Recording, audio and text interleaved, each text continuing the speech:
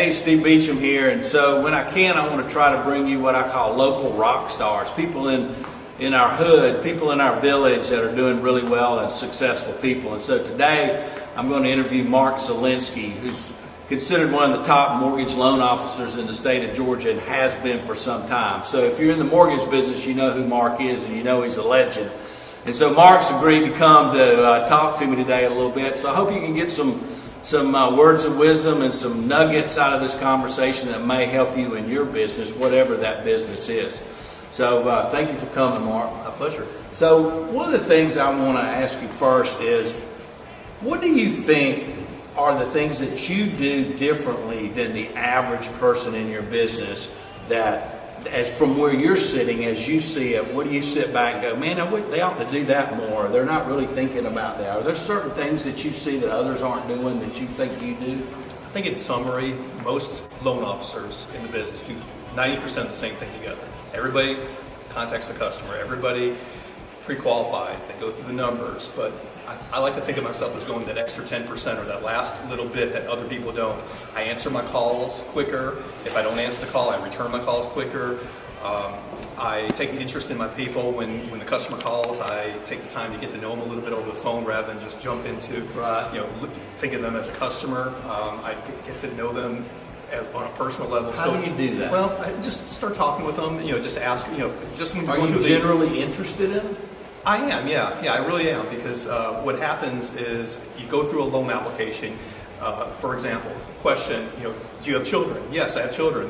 One answer would be, yes, I have 2 children, 8 and 6, and then go on to the next question. Or you can say, they say, I have 2 children, 8 and 6. Oh yeah, boys or girls, and what are their names, and where do they go to school, and what interests do they have? And once you do that, you establish a rapport so that from that time on, the whole conversation is just very organic. You're not taking a loan application. You're actually just interviewing your friend. You're having a conversation with them. Exactly. Now, do you feel like you bring them into the family, so to speak, from that point on? Do you feel like that person's now your friend once you've done a loan with them and start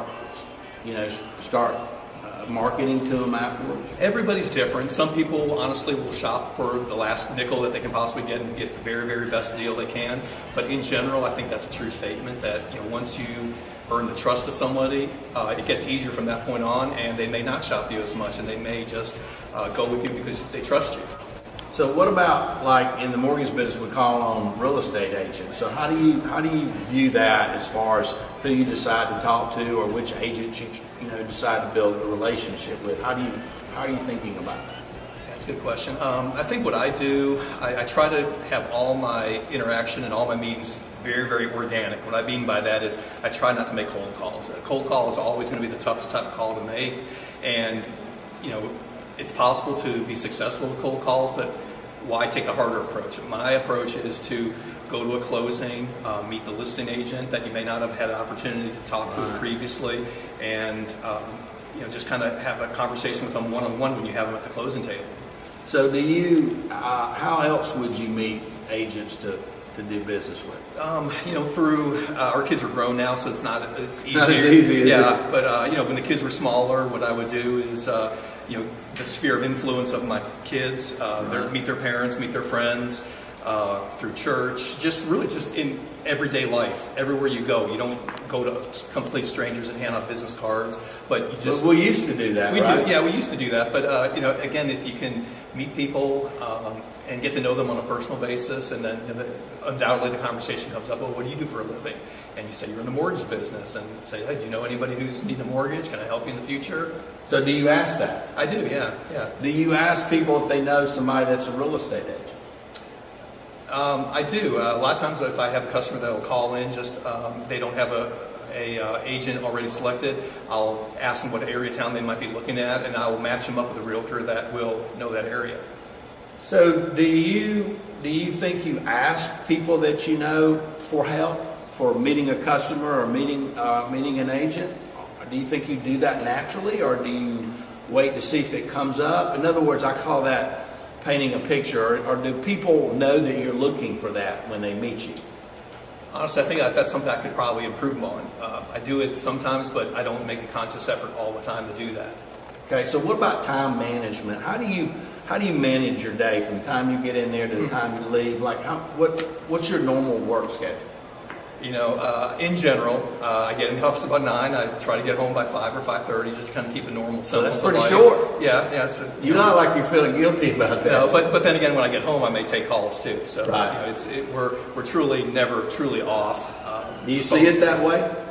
Yeah, but I'm pretty used to that. I mean, it's a good living, and I don't mind talking to someone on the phone. It's pretty easy to do it after hours. It doesn't really impact things, and the kids are older now, so it doesn't really impact your time as much. So what do you do? Do you have your day broken out? Do you do certain things first or last things last? Or I'm not going to leave a day if I don't do X? Or I really don't. In our work, to me at least, it's you never know what's going to hit you when you walk in the door. Sometimes you are putting out fires. Sometimes you are trying to get new business. Sometimes someone will call you and you're reacting to that. So I try to keep myself very flexible and not be real structured. I think that's one thing that's helped me out, not to be real structured and just go with the flow. So do you put prospecting into your day? I guess, yeah. What my business partner Chris, what he always tells me is his job title is to keep me on the phone. That's what he says. So would he holler at you if you're not on the phone? I mean, you're up there doodling, and Chris is like, "Mark, make some calls," or what? I'm on the phone. I'm constantly have the phone glued to my ear. So that's to me. How do you determine who you're going to talk to? Let's say all of a sudden you got complete silence, your phone's not ringing, and you go, "Okay, I got to do something." How do you decide who you're going to call? Well, I've got files on my desk of people who I've already pre-qualified, and I haven't talked to them in a week, and I will follow up with them and say, "Hey, I just want to see how your home search is going. Okay. Have you found anything you like yet?" Or I'll call a realtor that I haven't talked to in a while, and I'll say, "Hey, what do you see in the marketplace?" And just kind of ask them. Bring conversation. Yeah. So, do you have those realtors on a database? How do you access them? I do have them, not so much on a database. I just have a paper list of my 250 hot realtors. And For those of y'all who don't know, Mark's not really the technology guy of the world, which is very interesting. But anyways, you got a piece of paper? Several pieces of paper. Yeah. All right. So if I'm a new agent, do I get written on the piece of paper? It depends. I have a hot list and a medium list, and okay. Now that's cool. So tell me about that. Okay. So I think I have about 50 agents that are kind of my bread and butter agents, where I get majority of my business. At the end of the year, I'll take a look at how many deals or how many transactions I got from a particular agent, and if they make that top 50, then I can say, okay, these are the agents I really need to be concentrating on. But at the same time, I don't want to ignore everybody else. So how often do you feel like you need to talk to that top 50? I would say at least once every couple weeks. So every 2 weeks. Yeah. And then what about the next list, the medium people? How often do you feel like you need to talk to them? Probably 2 to 3 months. Every 2 to 3 months. Yeah. Okay, that's good. All right, so tell me about you. Chris is your administrative assistant or partner or whatever you call it. How do you and Chris break up what he's responsible for and what you're responsible for, and why do you do it? Okay, that's a really good question. Everybody has strengths and everybody has weaknesses. I went to the University of Georgia, he went to Georgia Tech. So what I always say is I'm the sales guy and he's the technical guy, and it works out great. What my strengths are is talking to people. People can be difficult, and I have a very good patience level. He does not. So whenever there's a customer that is trying, I'll be the one to take that call and work with that customer and make them happy. Chris handles all the technical stuff, whether it's locking in a loan or the process in the loan. He's the detail person, and I'm kind of the hands-on face of our team. So let's say you lost Chris for some reason. Say Chris decided to move and couldn't work with you anymore. How would you go about finding the right person to replace Chris? How would you do that? Because there are a lot of people out there that don't have a really good cohort, and they're trying to figure out how to do that. Yeah, I mean, they've got to have a decent technical background so they would understand things that are needed technically to get things done on a loan. Chris was fresh out of college when I hired him, and he learned everything from the ground up. So, there's two schools of thought. You hire someone who's sharp and doesn't know bad habits, and you try to teach him and train him your way. The downside of that, of course, is that you've got to do the training, and there's going to be a learning curve. Mm-hmm. And of course, the other side of the coin is hire someone who's got experience, but maybe set in their ways and may not want to do things the way you want to do it. So which one would you go for if you had to get a new person tomorrow? Overall, I would say I like to train people the way I'd like to have my business run. So I would take the time to bring on someone new that's sharp. You would? That gets it. Yeah, That's cool. Yeah. All right, so if you're a young person and you're just out of college, basically like the age of our kids. So if you were going to talk to my children and you were going to, and I said, go see Mr. Mark and listen to what he's got to say. He's a successful guy. What would you say to them? How would you tell them as far as a sales career? I think just work ethic is the key. I mean, you can't come in to work at, even you're in sales and you're your own boss. You can't come in at 10 o'clock and leave at 4. And well, you're close. You have 9 to 5. I try, but good work ethic is important. Answering your calls. I mean, I have more agents tell more than any one thing they ever tell me is the reason why they use me is because I answer my phone. On the weekends too? Yeah. So if you're with your family and you're at a family outing and you get that call and you see that it's an agent, do you take that call or not? Usually I will. I mean, is your family cool with that? Yeah, they've always been good about that. They know what the deal is? They do, but again, they know that's how they get bicycles and cars and stuff? But at the same time, I may pick up the call and say, "Oh, I'm at dinner with my family right now, but you mind if I call you back at 9 o'clock? I'll be with my wife at dinner, and I'll have a customer call me at 7:30 on a Friday night, and I'll say, "Oh yeah, I'm glad you called. I'm at dinner right now. It's real loud here. When I get back home, do you mind if I give you a ring then?" So you would take the call, you wouldn't text them? Saying, "Sorry, I'm at dinner with my wife." What would you do? Yeah, I'm just not a texter, so yeah. For me, I would just answer the phone. Yeah. You like that phone stuff. Yeah. Now, what do you do when you run into a millennial kind of person and they like to text and email and you like the phone call? How do you work that out with your young buyers? I think millennials, there's a little bit of a misconception that they don't like to communicate and talk. I think ultimately they do want to have conversations. I do too. Yeah. That's a little bit. So you've discovered that too, right? Yeah. So they text you and say, "Hey, I want to qualify." Then you pick up the phone and call them, Yeah. and then you just keep calling them and they keep answering, right? Yeah. I think that's a misnomer that millennials do not like to have phone interaction. So, for people that are out there that are in their business, they've been in their business for a while, what's the number one thing you would tell somebody? They're doing okay and they're trying to get to the next level. They're trying to do more volume. What's the thing that you see a lot of people don't do that you think they should do? I think it's just attitude. Tone of voice, I think, is just one of the most underrated things on the phone. Really? When you're talking with someone on the phone, your tone of voice is everything. And people are so they can perceive things so well. They can tell if you don't want to talk to them. They can tell if you're giving a smart remark to them, even if you do it in a tactful way. I think it's very important just to have a great tone of voice. That's why you asked me earlier if I'm sincerely interested in my client, because you can't fake it. You got to be sincere, otherwise it's worthless. And they feel that. I think so, yeah. And then I think that helps build a relationship, right? Yeah. More long term. It's just like if you had a friend, you wouldn't want to have a fake friend. Why would you want to have a fake customer? Everything you do in life should be authentic. Right. So you get that customer. How do you continue to market to that customer? That's probably more of a Chris question, but I know we use like Top of Mind and Surefire, where those are systems where it's a touch to the customer I'm not sure whether it's 6 times a year or what it is, but we have that. And certainly, at the end of the year, at the end of a closing, I'll get back to the customer. I'll try to go to as many closings as I can and keep in touch with them. Mm-hmm. Say, if you ever need anything, call me on the mortgage, even if it's a servicing question. Mm-hmm. Call me and I'll put you in touch with the servicing person. So, what other kind of marketing things do you do to get your name out in the community that you found work? Little things here and there. We just had we live in the city of Milton. We did a sponsorship for the Milton tour of homes that was just this past weekend, and that gets your name in a publication, and it goes out to a lot of people in the neighborhood. We do, what else do we do? We do rate sheet mail-outs to our, not mail-outs, but emails. Is that something you do? What are some of the maybe marketing things you do that you feel like you do on an ongoing basis? Okay.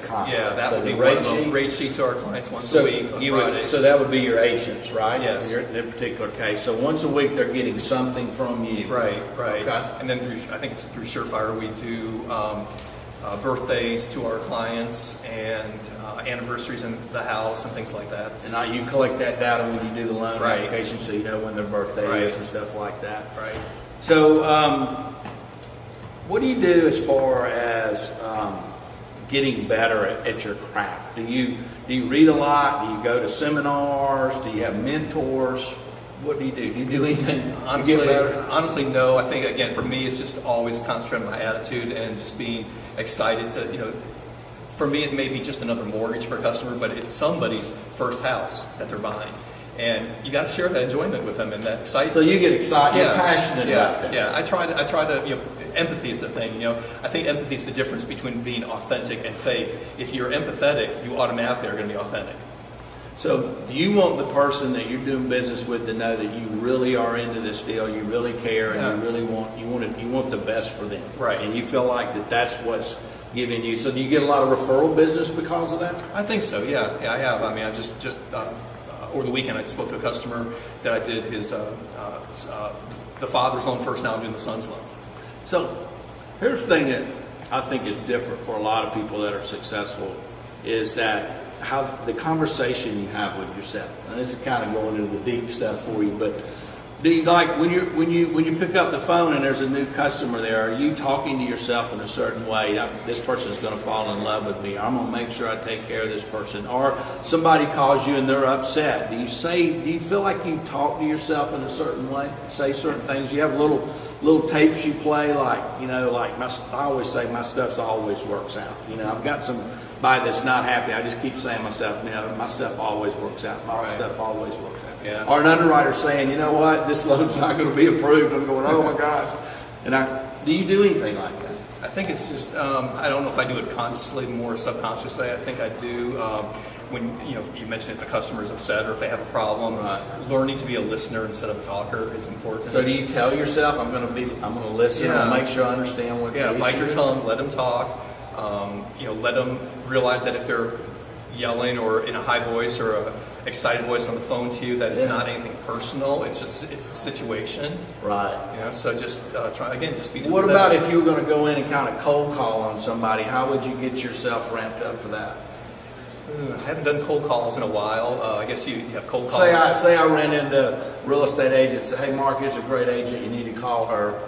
How would you do that? I would try to say, who do we have in common, so that at least there's a common ground there. So hey, we have Steve in common. He told me to call you. How you know Steve? So you just kind of build that rapport. Yeah, and I've done that with realtors too. When I'm trying to get into a realtor office, if I'm already working with one successful realtor in that office, I'll use that realtor as a springboard. I'll ask that realtor, who else is doing production in this office, and who else is a good person for me to work with, and they'll name 2 or 3 names, and then I'll call that person and then compliment them and say, Jill said you're an awesome agent, and I wanted to see if there's anything we can do to network together.